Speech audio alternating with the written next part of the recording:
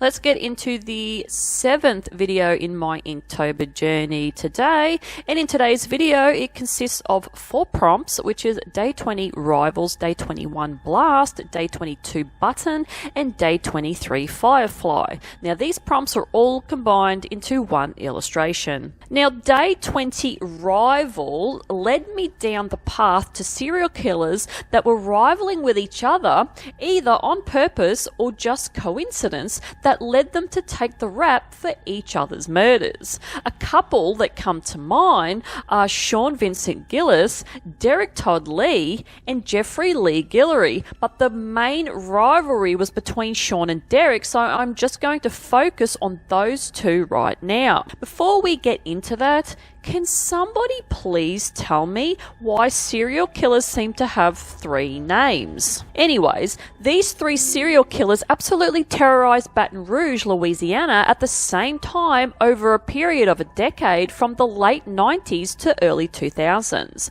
Sean murdered 8 women and Derek murdered at least 7 women. While the killers didn't know each other at the time, they knew what each other were doing through the media, and it appears that they were trying to outdo each other in how many murders they could do and how gruesome they could get each murder as well. As the murders went on, the brutality got worse. Sean was a necrophile and cannibal that took pleasure in dismembering and mutilating victims and eating their body parts and photographing their sick adventures, while Derek was a rapist and a violent one at that, and then killed his victims afterwards. Authorities thought there was only one killer doing everything, but were shocked to learn that there was more when Derek was caught and murders were still happening. This then became very confusing because of the overlap in cases and similar violence. Derek died in 2016 at the age of 47 via heart disease while on death row, and Sean is still alive in prison serving a life sentence without parole and is 63 years old. Now, Day 21 Blast led me down the path to the Unibomber Ted Kaczynski. Ted was an American terrorist that committed his crimes between 1978 and 1995 that killed 3 people and injured 23 via using mail bombs. This would involve either hand delivering or mailing the bombs that were made from metal, plastic, electrical wire, and other materials, so think like shrapnel, designed to maim or kill in brown paper bags, wooden boxes, or other methods of concealment, and would mainly target universities, businesses, and certain executives. He lived in a remote cabin with no electricity or running water, and he would receive money from his family. He placed a bomb on American Airlines Flight 444 that failed and only released smoke, causing the plane to make an emergency landing. Ted severely injured students at a couple of universities, Brigham Young University and University of California, then mailed a bomb to the Boeing Company in Washington. He killed 38-year-old Hugh Scruton in Sacramento in 1987 in a car park of his own computer store.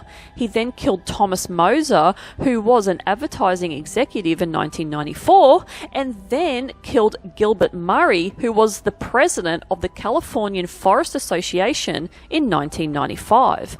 All via mail bombs. He was arrested in 1996 and sentenced to life in prison without parole, and in 2023 he died in jail at the age of 81 from an apparent hanging from a shoelace due to his depression from being diagnosed with rectal cancer. Now, Day 22 Button led me down the path to trying to find some information on killers' calling cards that involved taking or leaving buttons from or on their victims.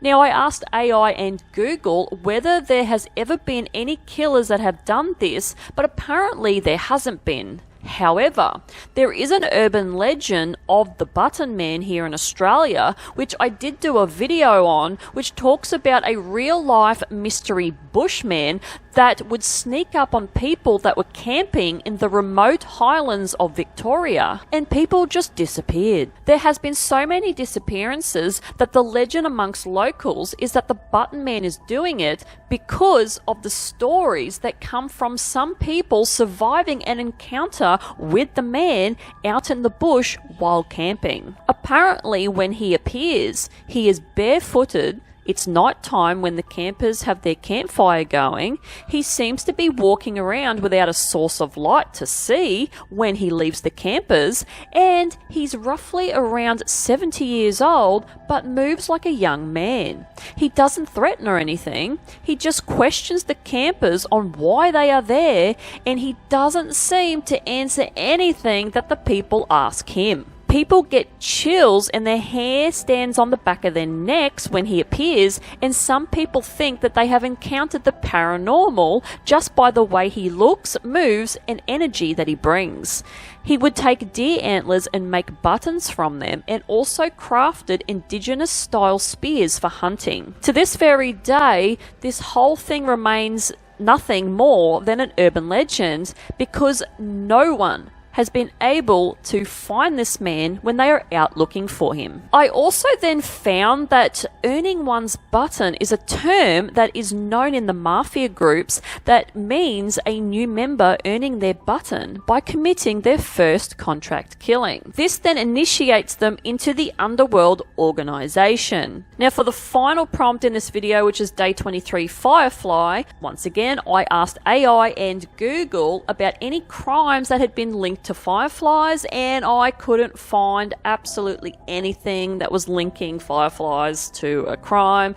So in the illustration, I just did one of the so-called rival killers that is playing tug-of-war with the victim in the illustration. I just made him a firefly. So you have two of these creatures. They are rivaling over this particular victim that they have got the arms. They've both got hold of one arm of this victim, and they are just pulling back and forth saying, "No, I've killed them," and then the other one's going, "No, I've killed them. This is my claim." And then the victim has a firecracker or a firework or a dynamite, whatever you want to call it, in their head, and it's ready to detonate. As you can see on the ground, the body has already had dynamite stuck in it, and they've blasted it apart, so there's parts of the victim all over the ground, and some of the organs are sticking out, and the hands have been torn off, and then it's got a button over the eye of the victim, and as I said before, they're obviously rivals trying to fight over the victim. So yeah, this one's a little bit disturbing. It's not bad. I don't mind it. But yeah, that's the story for these prompts mixed into this illustration. So that is it from me. Hopefully you enjoyed this video today, and if you did, like, subscribe, dislike it. I couldn't give two shits what you do, and hopefully I see you guys in the next one. Bye.